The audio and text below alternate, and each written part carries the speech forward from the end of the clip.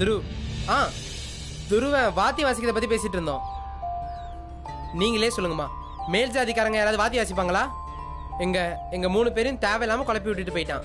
அந்த எண்ணத்தை விடவே மாட்டேங்கிறான். எனக்கும் வாத்தி வாசிய கத்துக்கொடு, எனக்கும் வாத்தி வாசிய கத்துக்கொடுன்னு உயிரை வாங்குறாம்மா. நான் அப்படி செய்யலாமாம்மா? ஆமாமா, துருவால ஒழுங்கா தாளம் தட்டி பாட்டு பாட கூட தெரியாது. அவன் எப்படி வாத்தியம் வாசிப்பான் இல்ல பாலனா? ஆமா, வாத்தியம் வாசிக்கிறது ரொம்ப பெரிய விஷயம் இல்ல பீம்? இல்லம்மா, நாங்க துருவனை பத்தி பேசவே இல்ல. நாங்க பாஸ்கரையோட அன்னைக்கு நீதி வாங்கி தரத பத்தி பேசிட்டு இருந்தோம். ஐயோ பீம்,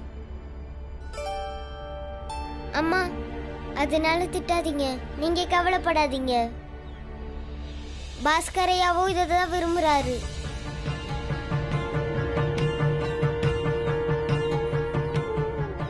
இங்க பையன் ஒருத்தருக்கு நீதி வாங்கி தர போறான். அங்க அப்பா புரட்சியாளர்களுக்கு உதவி பண்ணிட்டு இருக்காரு. பீமாவோட அப்பா பண்ற மாதிரியே தான் பீமாவும் பண்ணிக்கிட்டு இருக்கான். பீமா இப்படி எல்லாம் பேசுறதும் பண்றதும் எனக்கு பயமா இருக்கு. இதெல்லாம் நாளை பின்ன பெருசா வளர்ந்து அவனை எந்த பிரச்சனையில மாட்டி விடுமோ தெரியல. அம்மா அம்மா, என்ன யோசிக்கிறீங்க? அம்மா, நீங்க எனக்கு என்ன ஆகுமோன்னு என்னை பத்தி தானே யோசிக்கிறீங்க. உனக்கு எப்படி தெரியும்? எனக்கு எப்படிமா தெரியாம இருக்கும்? நீங்க என்னோட அம்மா, நான் உங்க புள்ள. அம்மாக்களுக்கு எப்பவுமே ஒரே கவலைத்தான் இருக்கும். தான் புள்ள வளர்ந்து பெரியவனாகி நல்லா திறமையா சம்பாதிப்பானான்னு தான் கவலைப்படுவாங்க. சரியா தானம்மா சொன்னேன்?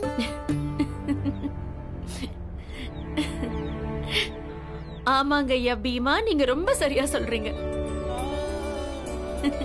இத்தனோண்டு மண்டைக்குள்ள இவ்வளவு பெரிய விஷயம் எப்படி வருது? இன்னும் வேற என்னெல்லாம் இருக்கு அதுக்குள்ள? சரி உள்ள வா, சாப்பிடலாம் வா. நீங்களும் வாங்க சாப்பிடலாம். பாலன, என்னால பீம் அளவுக்கு நல்லாலாம் படிக்கவே முடியாது. ஆனா நான் நல்லா சம்பாதிப்பேன். நம்ம ஊர்ல வேலை கிடைக்கலனா நானும் அப்பா மாதிரி வெளியூருக்கு போய் நல்லா சம்பாதிப்பேன். அதெல்லாம் ஒண்ணு தேவையில்ல. உன்னால நல்லா பணம் சம்பாதிக்க முடியலன்னா கஞ்சியை குடிச்சுக்கலாம், இல்லனா பட்னியாவே கிடக்கலாம்.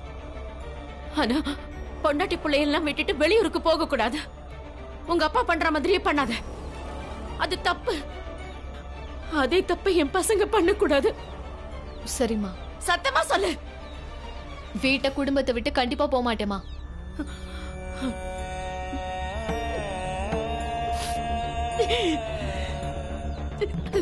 வாங்க வந்து சாப்பிடுங்க.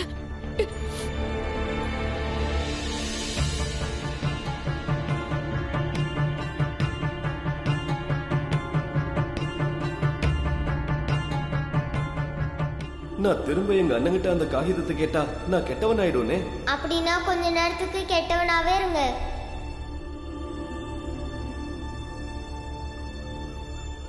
அண்ணே அண்ணே, எனக்கு அந்த காகிதத்தை கொடுங்க. நான் கை நாட்டை வச்சு கொடுத்தேன் இல்லையா, அந்த காகிதத்தை. உனக்கு என்னாச்சு? நீ சொன்னதுனால நான் அம்மா அப்பாவுக்கு புரிய வச்சுட்டு இருந்தேன். இப்போ அவங்க மஞ்சுளா வீட்டு பக்கம் தலை வச்சு கூட படுக்கலையே. அவங்க பார்த்தா என்ன, பார்க்காட்டி என்ன? நான் நல்ல மெதுவா யோசிச்சு பார்த்தேன். ஒன்னும் இல்லைண்ணே, நான் அந்த பொண்ணை கல்யாணமே பண்ணிக்கல. அவளுக்காக என் சொத்தை நான் ஏன் இழக்கணும்? நீ என்ன இப்படி பேசுற பாஸ்கர்? நீ வீட்டுக்கு வா. உனக்கு எவ்வளவு பணம் வேணுமோ வாங்கிக்கோ. அப்புறம் நான் என் கையாலே அந்த காகிதத்தை கிழிச்சு போட்டுறேன். அந்த காகிதத்தை நான் வீட்டில் தான் வச்சிருக்கிறேன். நீ வா.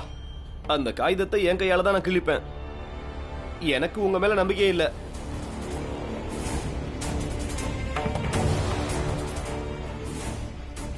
நீ என்ன இப்படி பேசுற பாஸ்கர்? என் மேல நம்பிக்கை இல்லையா? நான் உன் அண்ணன்டா. செத்து போன பொண்ணு உங்களுக்கு பொண்டாட்டின. அவங்களும் உங்க மேல ரொம்ப நம்பிக்கை வச்சிருந்தாங்க. அந்த நம்பிக்கையே நீங்க என்ன பண்ணீங்க? நீ ரொம்ப அதிகமா பேசுற பாஸ்கர். நீ கிளம்பு. காகிதத்தை தர முடியாது. என்ன பண்ணிடுவ? உங்க கடையில இருக்கிற எல்லாத்தையும் உடைச்சு போட்டு எரிச்சிருவேன். உனக்கு எவ்வளவு திமிரம்!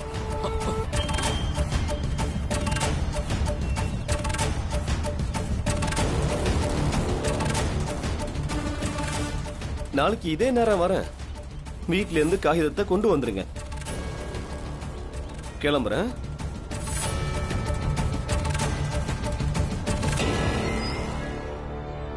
என்ன இந்த பையன் இப்படி பாடா படுத்துறானே? சேட்டையா, என்னாச்சு? ஏன் இப்படி படபடப்பா இருக்கீங்க? என்னாச்சு? மங்கேஷ், என் பையன் துருவாவை பாத்தியா? இல்ல சேட்டையா, ஏன் என்னாச்சு? காலையில இருந்து வீட்டுல ஆள் இல்ல. சாயந்தரம் வந்துருவான்னு பார்த்தேன். ஆனா இது வரைக்கும் வரல. எனக்கு ரொம்ப பயமா இருக்கு மங்கேஷ். உங்க பையன் இருக்கானே, அந்த பீம்ராவோட நண்பன், அவங்க வீட்டுக்கு போயிருப்பானோ? நம்ம பீம்ராவ் வீட்டுக்கு போய் கேட்கலாம். அவங்க வீட்டுல அவன் இருக்க வாய்ப்பு இருக்கு. வா போய் கேக்கலாம். வாங்க சேட்டையா.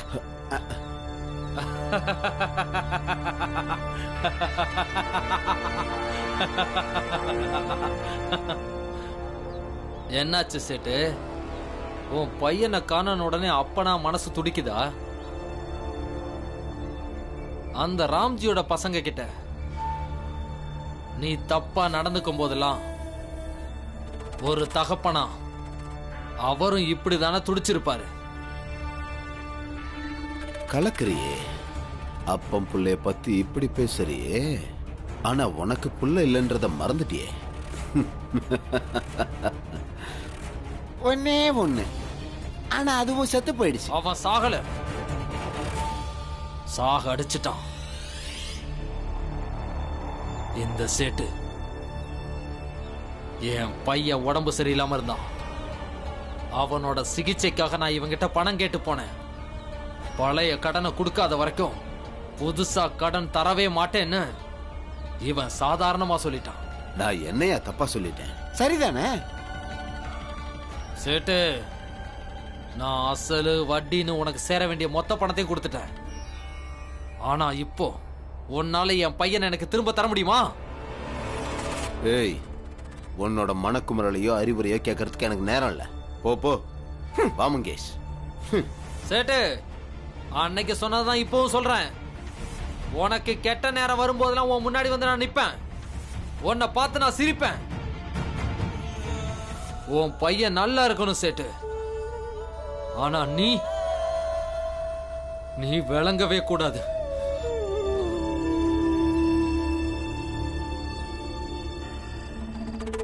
இந்தா குடிங்கப்பா.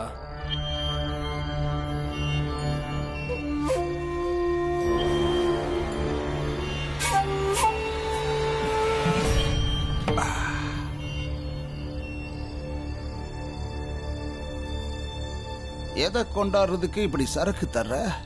இன்னைக்கு கடையில நல்ல வியாபாரம் நடந்துச்சுப்பா. அது மட்டும் இல்லாம நானும் கொஞ்ச நாளாவே உங்ககிட்ட மரியாதையா நடந்துக்கல. மன்னிப்பு கேட்கலான்னு நினைச்சேன். ஒன்றும் பிரச்சனை இல்லை. அப்பா, பாஸ்கரோட கல்யாணம் நின்று போனதுல இருந்து அவன் ரொம்ப விசித்திரமாயிட்டான்ல. ஆமா ஆமா, என்கிட்ட ஒரு திட்டம் இருக்குதுப்பா. அது மட்டும் நடந்துச்சுன்னா பாஸ்கர் திரும்ப வந்துடுவான். அப்பா, இதுல நீங்க கை நாட்டு வச்சிருங்க. நான் நாளைக்கு இதை பாஸ்கர் கிட்ட காட்டுவேன். காட்டி அப்பா அவரோட மொத்த சொத்தையும் என் பேர்ல எழுதிட்டாருன்னு சொல்லுவேன். அவன் நாளைக்கே விழுந்தடிச்சு ஓடி வருவான். அவன் இங்க வந்ததும் நாம இதை கிழிச்சு போட்டுடலாம். அப்பா, இதை தவிர வேற வழி இருக்கிற மாதிரி தெரியல. பாஸ்கர் ஏற்கனவே கை நாட்டு போட்டு கொடுத்துட்டான். இப்போ நீங்கள் இதுல கை நாட்டு வச்சிட்டீங்கன்னா முடிஞ்சது. அதுக்கப்புறம் எல்லா சொத்தும் எனக்கு தான். கை நாட்டு வைங்கப்பா.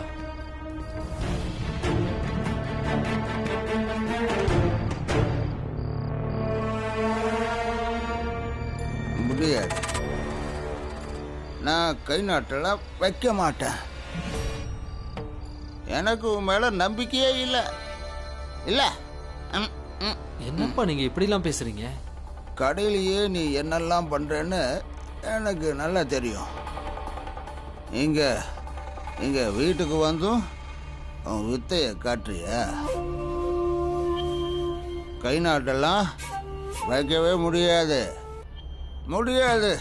நான் வைக்கவே மாட்டேன். அப்பா, அப்பா,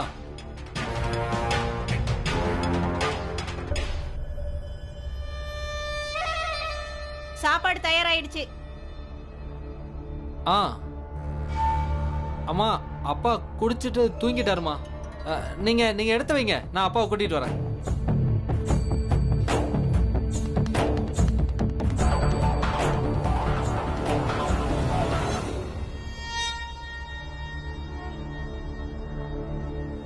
பீம்ராவ், பீம்ராவ், அண்ணன் தம்பி 3 பேர் வெளியே வாங்க. என்ன எல்லாரும் செத்து போயிட்டீங்களா? வெளியே வாங்க. பாலா, எந்திரி. இந்த ராத்திரி நேரத்துல யார் இப்படி கத்திட்டு இருக்கிறது? நான் போய் பார்க்கறேன்.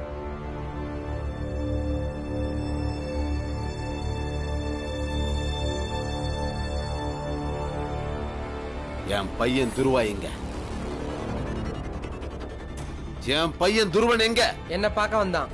வாத்தியக்காரங்க கிட்ட கூட்டு போங்கன்னு என்ன கேட்க வந்தான். ஆனா இப்ப எங்க போனான்னு தெரியல. அப்புறம் அந்த வேலைக்கு நீ அவனை கூட்டிட்டு போனியா? அது உங்களுக்கான வேலைங்கடா. ஏண்டா சேட்டையாவோட பையன் அவங்க கூட சேர்ந்து வாசிப்பானா? இவங்க நிழலை பார்த்தாலே நம்ம ஒதுங்குறோம். ஆனா இந்த ராம்ஜி சத்பாலோட பையன் இருக்கானே, நம்ம தர்மத்தை அழிச்சு நாசம் பண்ணிட்டான். சேட்டையா, இவங்க உங்களை அழிக்கணும்னு முடிவு பண்ணிட்டாங்க. நீங்க இவங்களை ஏதாவது செஞ்சாகணும். நீங்க எப்பவுமே இப்படிதான், முழுசா எதையும் கேட்க மாட்டீங்க. நாங்க அவனை எங்கேயும் கூட்டிட்டு போல. நீங்க சொன்ன மாதிரிதான் நாங்க சொல்லி அவனை திருப்பி அனுப்பிட்டோம். உங்க தர்மத்தை எல்லாம் யாரும் அழிக்கல. நீ பொய் சொல்ற. நீங்க எல்லாம் சேர்ந்துதான் அவனை கெடுத்திருக்கீங்க. நாங்க பொய்யெல்லாம் எதுவும் சொல்லல. நாங்க யாரையும் கெடுக்கவும் இல்ல. நீங்க ஆசைப்படுற மாதிரி நாங்க அவனுக்கு புத்திமதி தான் சொல்லியிருக்கோம். அதனால வீணா எங்க மேல பழி போடுறத விட்டுட்டு நீங்க போய் உங்க பையனை தேடுங்க. தேடிட்டேன், ஊர் முழுக்க தேடிட்டேன். அவன் எங்கேயும் இல்ல. நீங்க எல்லாரும் சேர்ந்து அவனை வீட்டுல ஒளிச்சு வச்சிருந்தா ஒழுங்கா அவனை விட்டுருங்க. இல்ல நான் பொல்லாதவன் ஆயிடுவேன். நான் தனிமையா உணரும் போதெல்லாம் அம்மா ஞாபகம் தான் எனக்கு வரும். அப்ப நான் எங்க அம்மாவை எரிச்ச இடத்துக்கே போயிடுவேன். ஒன்று தெரியுமா பீம்? அங்க நின்று பார்த்தா நிலாவும் நட்சத்திரம் அழகா தெரியும். இருக்கிறதுலே நல்லா ஜொலிக்கிற நட்சத்திரம் எங்க அம்மா தான். எங்க அம்மா ரொம்பவே அழகா இருப்பாங்கன்னு எல்லாரும் சொல்லுவாங்க. அதனாலதான் அழகான நட்சத்திரமா மாறிட்டாங்க. இன்னையில இருந்து நீ என்னைக்குமே தனியா இல்ல துருவா. நான் உன் கூடயே இருப்பேன்.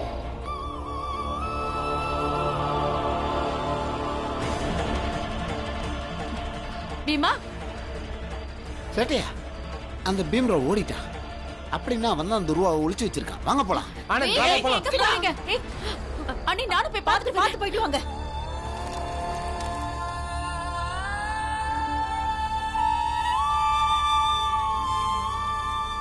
அம்மா, நீங்க செத்து போய் நட்சத்திரமா மாறிட்டீங்க. ஆனா அந்த நட்சத்திரம் திரும்ப எங்க அம்மாவா மாற முடியாதே. நான் தனியாயிட்டம்மா. பீம்ராவும் இப்ப முன்னாடி மாதிரி இல்ல. இப்ப அவனும் என் மனச புரிஞ்சுக்கல. என் பேச்சையே அவன் கேட்க மாட்டேங்கிறான். துருவா, உனக்கு நட்சத்திரமா இருக்கவங்க அம்மா மட்டும்தான் தெரியுறாங்க. நாங்க யாருமே உனக்கு தெரியலையா? நாங்க எல்லாருமே உன்னை நினைச்சு எவ்வளவு வருத்தப்படுறோம்னு உனக்கு தெரியலையா?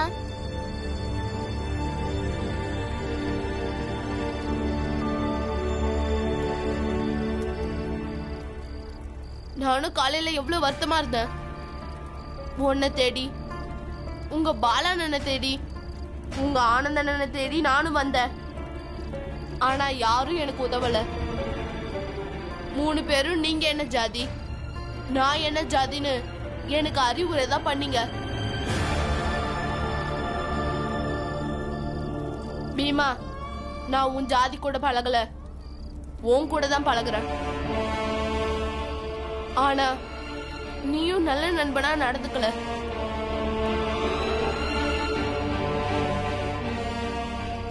நான் தப்பு பண்ணிட்டேன் துருவா, என்னை மன்னிச்சிடு. ஏய், நில்ல தள்ளிப்பா. அவனை தொட்டு அவனோட புனிதத்தை கெடுக்க போறியா? ஆமாங்க, புனிதம் கெட்டு போயிடும். ரொம்ப நல்லா இருக்குங்க. ஒரு சின்ன பையன் அவங்க அம்மாவை நினைச்சு அழுதுகிட்டு இருந்தான், கவலைப்பட்டுட்டு இருந்தான். என் பையன் சொன்ன 2 வார்த்தையில அவன் ஆறுதல் அடைஞ்சிட்டான். பெத்த அப்பா இருந்தும் கூட அவன் அனாதையா தான் இருந்தான். அவன் கூட இருந்தது என் மகன் மட்டும்தான். ஆனா நீங்க சொல்றது சரிதாங்க ஐயா, ரொம்ப சரி. இப்படிதான் அவனோட புனிதத்தை கெடுத்துட்டான்ல. வீட்டுக்கு போ துருவா. நான் வீட்டுக்கு போக மாட்டேன். அதை சொல்லதான் நீங்களா வந்தீங்கன்னா நீங்க திரும்பி போயிடுங்க. வீட்டுக்கு வா துருவா. நான் ஏற்கனவே சொல்லிட்டு தான் வந்தேன். வாழ்க்கையை தெரிஞ்சுக்க வந்தேன். தெரிஞ்சுக்கிட்டு தான் வருவேன். துருவா, துருவா.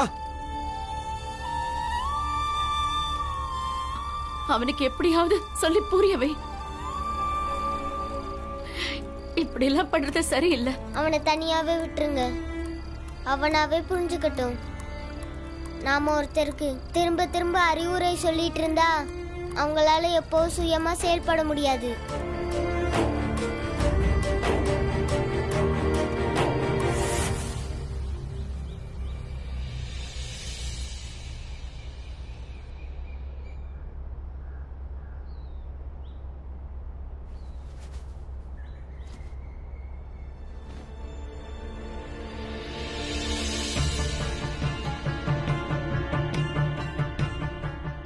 எனக்கு எழுந்துருங்க, எங்க எழுந்துருங்க சீக்கிரம்.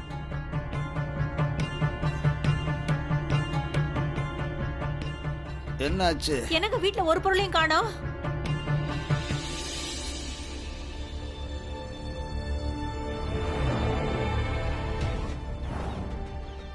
இதுல நீங்க கை நாட்டு மட்டும் வைங்க. இதை நாளைக்கு நான் பாஸ்கர் கிட்ட காட்டுறேன். இதை காட்டி அப்பா அவரோட எல்லா சொத்தையும் எனக்கே எழுதி வச்சுட்டாருன்னு சொல்றேன்.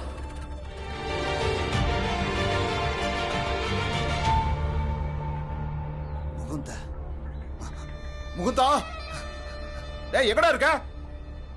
முகுந்தா, முகுந்தா, நீ என்னடா பண்ணி வச்சிருக்க? எல்லா பொருளையும் எதுக்காக இப்படி கட்டி வச்சிருக்க? உங்க 2 பேரையும் வழி அனுப்பி வைக்கதான். நாங்க எங்க போறோம்? உனக்கு என்ன பைத்தியமா பிடிச்சிருக்கு? எங்க போவீங்கலாம் எனக்கு தெரியாது. ஆனா இதுக்கப்புறம் இந்த வீட்டுல நுழையவே கூடாது. நேத்து ராத்திரி நீங்க சுய நினைவோட எனக்கு கை நாட்டு வச்சு கொடுத்துருக்கீங்க. பாஸ்கர் அவன் பங்க ஏற்கனவே எழுதி கொடுத்துட்டான். அதனால உங்க சொத்து எல்லாமே இனி எனக்கு மட்டும்தான். இனி ஏன் சொத்துல உங்களுக்கு அம்மாவுக்கு எந்த உரிமையும் இல்லை.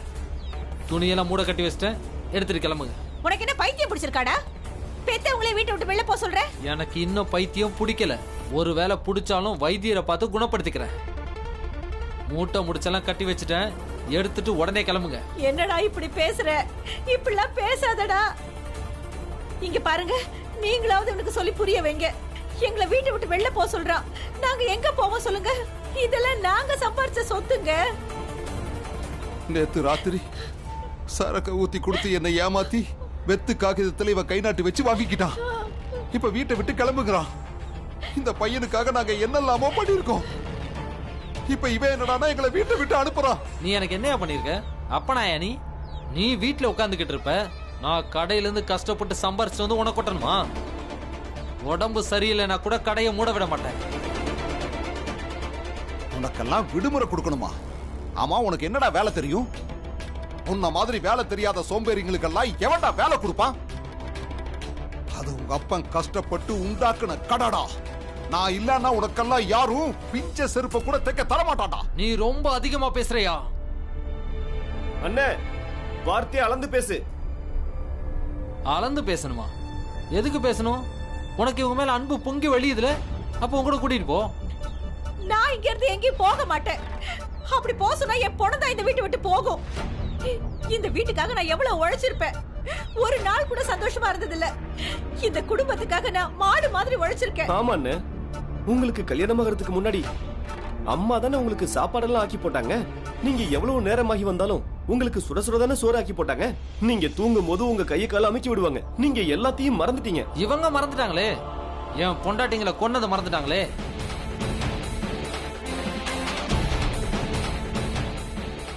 ஒருத்தி எரிச்சிட்டாங்க, இன்னொருத்திய கழுத்தை நெரிச்சு கொண்டாங்க.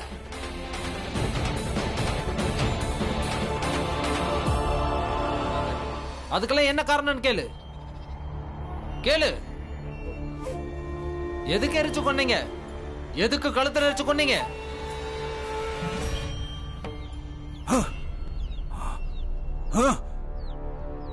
நாங்க உன் மொத பொண்டாட்டியை எரிச்சு கொண்டோம். இரண்டாவது பொண்டாட்டியை கழுத்தை நெரிச்சு கொண்டோம். ஆனா யாருக்காக? எங்களுக்காகவா? எல்லாம் உனக்காக. உன்னோட பணத்தாசைக்காக தாண்டா பண்ணோம். புது ஓட, புது செருப்பு, புது நகைகள்னு முடிச்சது எல்லாம் மாமனார் வீட்டில இருந்து புடுங்கலான்னு ஆசைப்பட்ட. என்ன எல்லாம் மறந்து போச்சா? சொன்னதெல்லாம் மறந்துட்டியா? அடுத்த கல்யாணத்துக்கு பணம் வாங்கலாம். நீயே என்ன பண்ணுவ? நான் என்ன பண்ணுவேன்? உன் பணத்தாசைக்காகத்தான் உன் பொண்டாட்டிங்களை எல்லாம் கொன்ன. உனக்காக கொன்ன. Police inspector sir,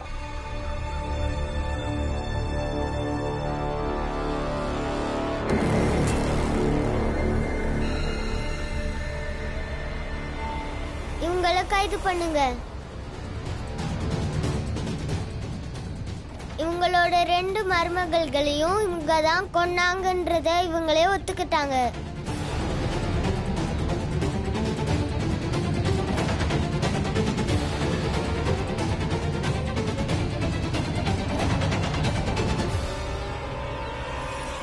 inspector sir, இவன் எங்களை வீட்டை விட்டு விரட்டி விட்டுட்டான். அதனால ஏதோ கோபத்துல வாய்க்கு வந்ததெல்லாம் உளர்ன.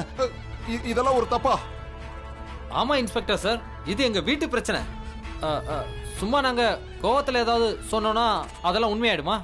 எல்லா உண்மையும் தான் தெரிஞ்சு போச்சு. ஏன்னா இப்ப நீங்க இந்த ஊர் முன்னாடி உங்க மருமகள்களை கொன்னத உங்க வாயாலேயே ஒத்துக்கிட்டு இருக்கீங்க.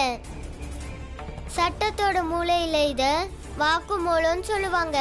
சுய வாக்குமூலத்தை விட பெரிய சாட்சி வேற எதுவும் தேவையில்லை. ஆமா அண்ணே, அம்மா அப்பா நீங்க எல்லாரும் பண்ணது தப்பு. அதுக்கு தண்டனை கிடைச்சே ஆகணும். அம்மா அப்பா தானே கொண்டாங்க, நீங்க அவங்கள கைது பண்ணி கூட்டிட்டு போங்க. நான் தான் ஒண்ணுமே பண்ணலையே. நான் தான் யாரையுமே கொல்லி. என்ன எதுக்காக கைது பண்ணணும்? பேராசைப்பட்டதுக்காக. உங்களோட பேராசைனால தான் நீங்க இவங்க உங்க பொண்டாட்டிய கொல்லும் போது நீங்க தடுக்கல. உங்க பேராசை தான் இவங்கள அந்த கொலை செய்யவே தூண்டுச்சு. உங்க பேராசை தான் உங்க தம்பியையும் உங்க அம்மா அப்பாவையும் எப்படியாவது ஏமாத்தி மொத்த சொத்தையும் அடையணும்னு உங்களை திட்டம் போட தூண்டுச்சு. இப்ப கூட உங்க வாழ்க்கை மேல உங்களுக்கு இருக்க பேராசைனால தான் அம்மா அப்பா மேல எல்லா பழியையும் போட்டுட்டு நீங்க தப்பிக்க பாக்குறீங்க. முதல்ல அந்த பேப்பரை கொடு. அத கையில வச்சுக்கிட்டு தானே நீ தானே இந்த வீட்டுக்கு முதலாளின்னு பேசிட்டு இருக்க. சும்மா ஒன்னும் சொல்ல, என்கிட்ட ஆதாரம் இருக்கு. இந்த காகிதத்துல இவர் கை நாட்டு வச்சிருக்காரு. இந்த சொத்தெல்லாம் எனக்கு தான். காகிதத்தை நான் தரமாட்டேன். அதை இப்ப கொடுக்கலன்னா கொலை செஞ்சதுக்கும் சதி திட்டம் தீட்டினதுக்கும் உன்னை நான் ஜெயிலுக்கு அனுப்பிடுவேன். அதுக்கப்புறம் ஜென்மத்துக்கு வெளியில் வர முடியாது. ஜெயிலுக்குள்ள இருந்துகிட்டு வாழ்க்கை முழுக்க காகிதத்தை பார்த்துட்டே இருக்க வேண்டியதுதான். புரியுதா? போய் அந்த காகிதத்தை வாங்கிட்டு வா. நான் கொடுக்க மாட்டேன். வேண்டாம்.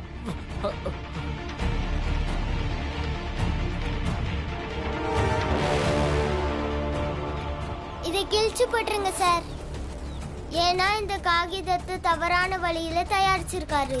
அது மட்டும் இல்ல, இந்த காகிதம் இருக்கிற வரைக்கும் அவரோட பேராசை அழியவே அழியாது. அது இன்னும் அவரை நிறைய தப்புகளை செய்ய தூண்டும். அதனால இந்த காகிதத்தை அழிக்கிறது தான் முறையான வழி.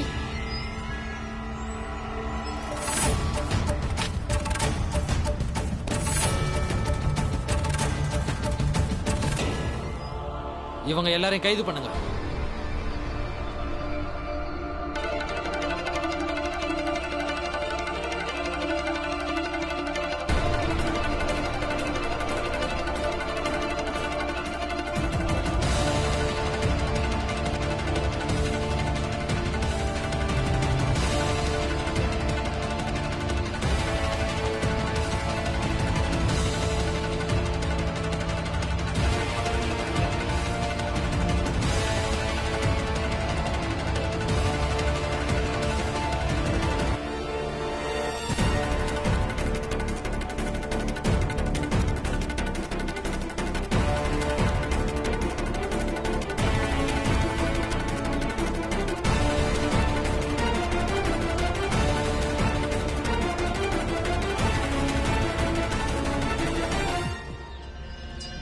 2 பசங்களுமே இல்லைன்னு ஆனதுக்கு அப்புறம் நாங்க எதுக்காக யாருக்காக பேசணும்?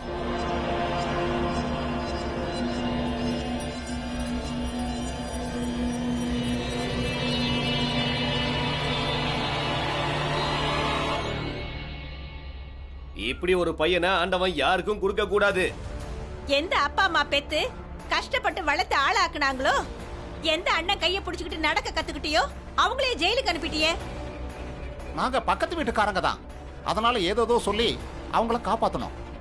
ஆனா சொந்த பையனா இருந்தும் வெறும் பேச்சுவார்த்தை நடந்த பொண்ணோட தம்பியோட சேர்ந்து சதி திட்டத்தை தீட்டி சொந்த அப்பா அம்மாவையே அநியாயமா ஜெயிலுக்கு அனுப்பிட்டியே. சரி, இவ்வளவு சொல்றீங்களே, ஒருவேளை உங்க வீட்டு பொண்ணு இப்படி அவங்க மாமனாரும் மாமியாரும் அநியாயமா கொலை பண்ணியிருந்தா அப்பவும் இப்படித்தான் அவங்களுக்கெல்லாம் ஆதரவா இப்படிதான் பேசிக்கிட்டு இருப்பீங்களா? அதெல்லாம் அப்புறம் பாத்துக்கலாம். ஆனா எங்க பையன் மட்டும் இந்த பாஸ்கர் மாதிரி பண்ணியிருந்தானா நாங்க எங்க பையன் மூஞ்சில முடிக்க கூட மாட்டோம். வாங்கப்பா போலாம். இன்னையில இருந்து இந்த பையனுக்கும் இவங்க குடும்பத்துக்கும் நமக்கும் எந்த சம்பந்தம் இல்ல. வாங்கயா. இவன்லாம் ஒரு மனுஷனா?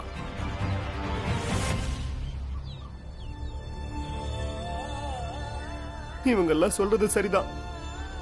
நான் ரொம்ப கெட்டவன். என் அம்மா அப்பா அண்ணன் எல்லாரையும் ஜெயிலுக்கு அனுப்பிட்டேன். சின்ன வயசுல இருந்து என்ன வளர்த்து ஆளாக்குன அப்பா அம்மாவையும் எனக்கு வேலை கத்து கொடுத்த அண்ணனையும் இன்னைக்கு நான் ஜெயிலுக்கு அனுப்பிட்டேன்.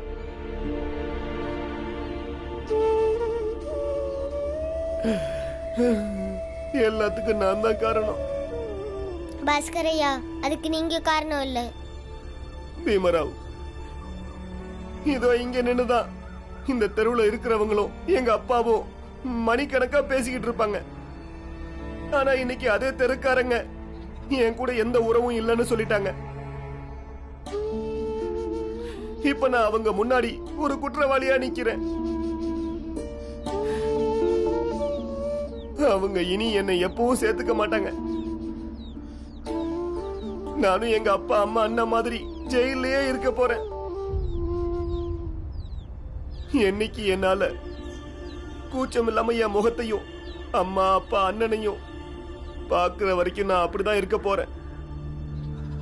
பாஸ்கரையா, நீதியும் நியாயமும் விலைமதிப்பில்லாதது. அதுக்காக நம்ம என்ன தியாகம் வேணாலும் செய்யலாம், அதுக்காக எது வேணும்னாலும் இழுக்கலாம். அது மட்டும் இல்ல பாஸ்கரையா, நீங்க செஞ்ச காரியத்தினால உங்க அண்ணியோட ஆத்மா சாந்தி அடையும். இன்னொன்னு சொல்றேன், இந்த ஊர் இன்னைக்கு உங்ககிட்ட கோச்சிக்கிட்டு போயிருக்கலாம், ஆனா இனிமே யாரும் உங்க மருமகளை சாதாரணமா கொல்ல மாட்டாங்க. பாஸ்கர் மாதிரி ஆயிடக்கூடாதுன்னு பயப்படுவாங்க. அது மட்டும் இல்ல, குற்றவாளியோ உறவு முறைய வச்சு மன்னிக்க கூடாது. அப்பா அடிக்கடி சொல்லுவாரு, குற்றம் எப்பவுமே குற்றம் தான், குற்றவாளி எப்பவுமே குற்றவாளி தான். அது அப்பாவா இருந்தாலும் சரிதான், அம்மாவா இருந்தாலும் சரிதான். அதனால அடுத்து என்ன பண்றது, எப்படி பண்றதுன்னு யோசிங்க. ஆமா பாஸ்கர், நடக்க போறது மட்டும் யோசிங்க. ஆமா, அதான் சரி. நடக்க வேண்டியது நடந்து போச்சு. நாம இனி இதையெல்லாம் மறந்துட்டு ஆக வேண்டியதை பார்க்கணும். தைரியமா அடுத்த வேலைகளை பாருங்க. அப்புறம் இந்த உலகத்துல யார் உங்க கூட இருந்தாலும் இல்லைனாலும் நாங்க உங்க கூட எப்பவும் இருப்போம்.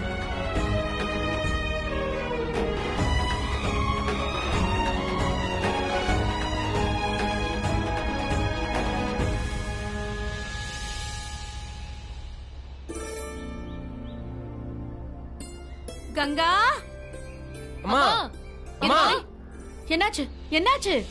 அம்மா, ஒரு விஷயம் தெரியுமா? பாஸ்கரோட அன்னைக்கு நீதி கிடைச்சிருச்சு. என்ன? எப்படி? பாஸ்கரோட அம்மா அப்பா அண்ணன் 3 பேர் ஜெயிலுக்கு போயிட்டாங்க. இது ரொம்ப ரொம்ப நல்ல விஷயமாச்சு. உண்மையிலேயே இது ரொம்ப பெரிய விஷயம். என் வாழ்க்கையிலேயே முதல் தடவையா ஒரு பொண்ணுக்கு நீதி கிடைக்கிறத நான் பாக்குறேன். இது எல்லாத்துக்கும் காரணம் நம்ம பையன் பீம் தான். அது சரி, பீமா எங்கப்பா? அதானே அவன் வந்துட்டு இருப்பாமா. அண்ணி அண்ணி, எனக்கு ரொம்ப சந்தோஷமா இருக்கு. பீமாவுக்கு இனிப்பு ரொட்டினா ரொம்ப பிடிக்கும், செஞ்சு தரீங்களா? தோ பண்றேன். நீ வேணாமா?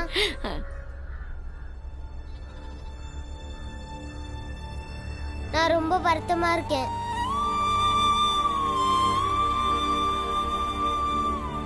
என்ன ஆச்சு? அது பாலாவும் ஆனந்தும் பாஸ்கரோட அன்னைக்கு நீதி கிடைச்சிருச்சுன்னு இப்பதான் சொல்லிட்டு இருந்தாங்க. நீங்களும் அதை தானே எதிர்பார்த்துட்டு இருந்தீங்க. சந்தோஷம் தானே? அப்புறம் ஏன் நீ ஒரு மாதிரி இருக்க? உறவுகளோட உண்மையான அர்த்தம் என்னம்மா? ஒரு வீட்டிலே 2 விதமான ஆட்கள் இருப்பாங்களாமா? ஒரு மகன் அவர் ஜெயிலுக்கு போகாம இருக்கிறதுக்காக அவர் செஞ்ச தப்புக்கெல்லாம் அவங்க அம்மா அப்பா தான் காரணம்னு சொல்றாரு.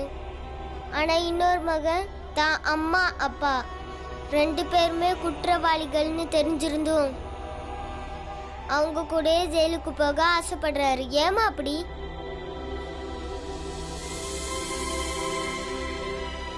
பாஸ்கரையா தண்டனை வாங்கி கொடுக்க ஆசைப்பட்டாரு.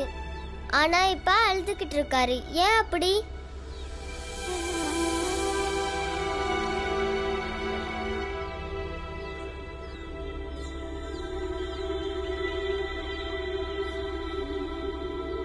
இத பாரு, பாஸ்கர் ரொம்ப தைரியசாலி. அதனாலதான் அவங்க அம்மா அப்பாவை தண்டிச்சாவது அவங்க அன்னைக்கு நியாயம் வாங்கி கொடுக்கணும்னு நினைச்சிருக்காரு. ஆனா எப்பவுமே ஒரு தைரியசாலியான ஒருத்தர் இறுக்கமாவே இருப்பாருன்னு அர்த்தம் கிடையாது. சரிதானே? பாஸ்கர் அவங்க அம்மா அப்பா மேல ரொம்ப அன்பா இருக்காரு. அது பெத்த பாசம். அதனாலதான் அவங்க ஜெயிலுக்கு போகும்போது அவருக்கு அழுக வந்துருச்சு. நீ இதை புரிஞ்சுக்கணும் பீமா. உண்மையான உறவுங்கிறது இதுதான். அது தேவை வரும்போது சொந்தக்காரங்களையும் எதிர்க்கிற அளவுக்கு வீரத்தையும் கொடுக்கும். அதே மாதிரி தேவைப்படும் போது நம்மள அழவும் வைக்கும். பலமும் பலவீனமும் ஒரே ஆள்கிட்ட எப்படி இருக்க முடியுமா? எனக்கு அதான் புரியவே மாட்டேங்குதுமா. நான் புரிய வைக்கிறேன். நீ இங்க பாருப்பா, நம்ம மஞ்சுளாவுக்கு கல்யாணம்னு முடிவு பண்ணப்போ நீ உங்க அம்மா கிட்ட இதே மாதிரி வாக்குவாதம் பண்ண. உங்க அம்மா உன்னை திட்டினாங்கன்னு நீ கோவப்பட்டு வீட்டை விட்டே ஓடிட்ட. அதனால ரொம்ப கஷ்டப்பட்டது உங்க அம்மா தான். சடங்கு நடக்கும்போது அவங்க திரும்ப திரும்ப இதான் கேட்டாங்க, பீமா வந்துட்டானா பீமா வந்துட்டானான்னு.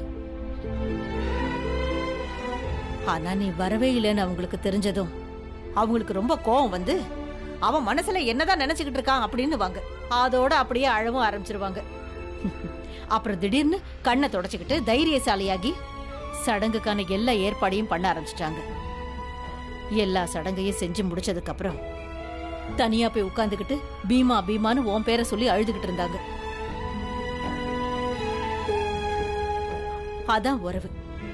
சில நேரம் தைரியசாலியாக்கும், சில நேரம் அவங்களையே கோழையாவும் ஆக்கும். அண்ணே, அம்மா, நான் இனி உங்களை விட்டுட்டு எங்கேயும் போக மாட்டேன்.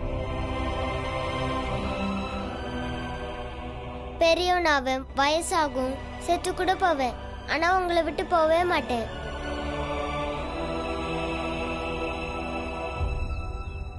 அப்படியா? அதாவது உனக்கு வயசாயிடும், ஆனா எங்களுக்கு வயசாகாம இருக்குமா? நாங்க சாக மாட்டோமா? தெரியலமா, எனக்கு எப்பவும் உங்க கூட இருக்கணும், அவ்வளவுதான். எனக்கு ஒன்னும் சாகிறதுக்கோ சாகிறத பத்தி பேசுறதுக்கோ ஆசை இல்ல.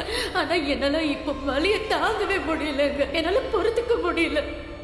சொல்லுங்கம்மா, இருப்பீங்கல்ல? இருப்பேன். நான் ரொம்ப நாள் உயிரோட இருக்க மாட்டேங்கிற உண்மையை உன்கிட்ட எப்படி என்னால சொல்ல முடியும் பீமா?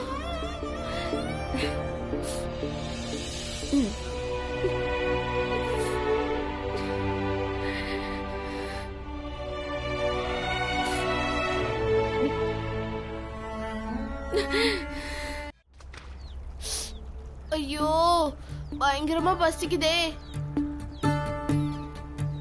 இந்த பீமா எனக்கு வேலைக்கு சாப்பாடு எடுத்துட்டு வந்து தரேன்னு சொன்னானே, இது வரைக்கும் வரலையே. ஆனா நேரத்துக்கு சாப்பிடலனா என் வயித்துக்குள்ள என்னென்னமோ பண்ணுதே.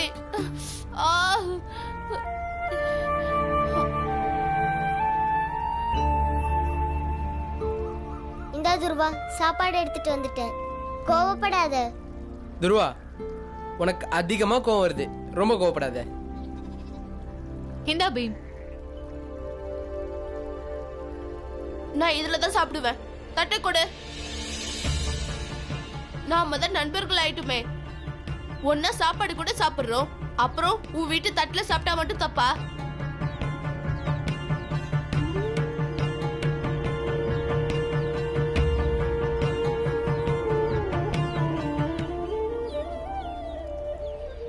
சரி பாலானே, நான் சாப்பிட்டு முடிக்கிறதுக்குள்ள நல்ல யோசனை பண்ணுங்க.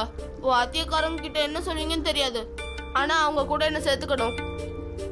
இல்லனா எவ்வளவு நாள் தான் உங்களால எனக்கு இந்த மாதிரி சாப்பாடு எடுத்துட்டு வந்து தர முடியும்? நான் சொன்னது சரிதானே பாலானே? நான் சாப்பிட்டு முடிச்சிட்டு நேரா அங்கதான் போறேன்.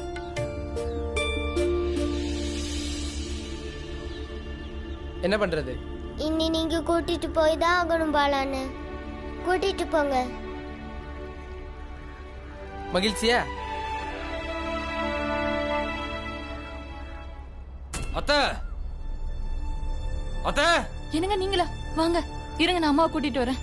வாங்க மாப்பிள்ள, வாங்க. நான் இங்க விருந்து கொண்டு வரல. உங்க பையன் என்னோட சொந்தக்காரங்களை ஜெயிலுக்கு அனுப்பிட்டான்.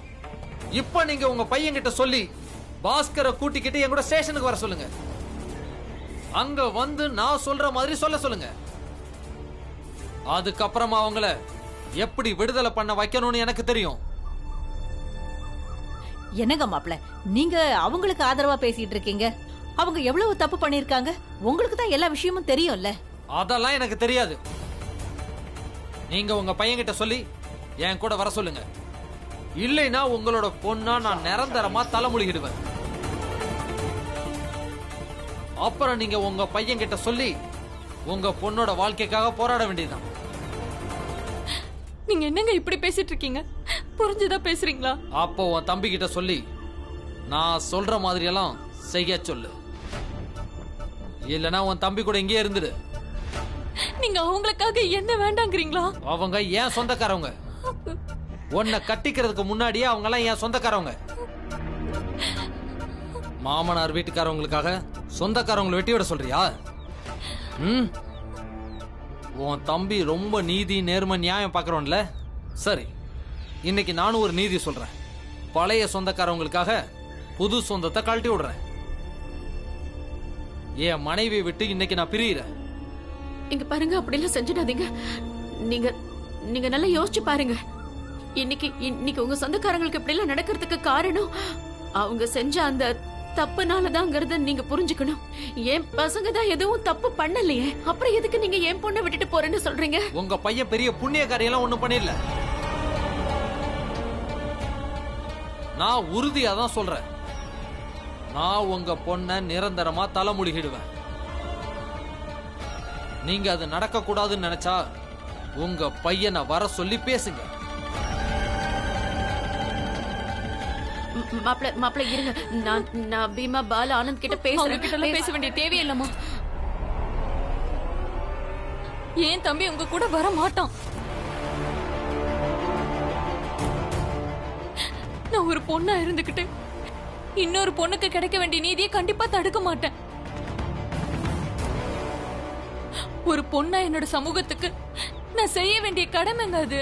அப்போ உன் தம்பி கூட இங்கேயே நிரந்தரமா இருந்துரு. நீதிக்காக நம்ம என்ன விலையும் கொடுக்கலான்னு பீமா சொல்லுவான். இன்னைக்கு அந்த பொண்ணுக்கு நீதி கிடைக்கணுங்கிறதுக்காக நான் என்னோட வாழ்க்கையை இழக்கிறேன்னு நினைச்சிட்டு போறேங்க. இது கண்டிப்பா எனக்கு பெருமை தரக்கூடிய விஷயமா தான் இருக்கும்.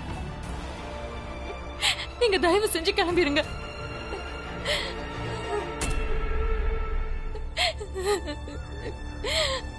அக்கா சொன்னதை கேட்டீங்கல்ல? இனி நீங்க என்ன பண்ணணும்னு முடிவு பண்ணிக்கோங்க. உங்களோட தப்பான உறவுக்காரங்களுக்காக உங்க மனைவியை இழக்க போறீங்களா, இல்ல தப்புன்னு ஏத்துக்கிட்டு உங்க மனைவியை உங்க கூட வீட்டுக்கு கூட்டிட்டு போக போறீங்களா?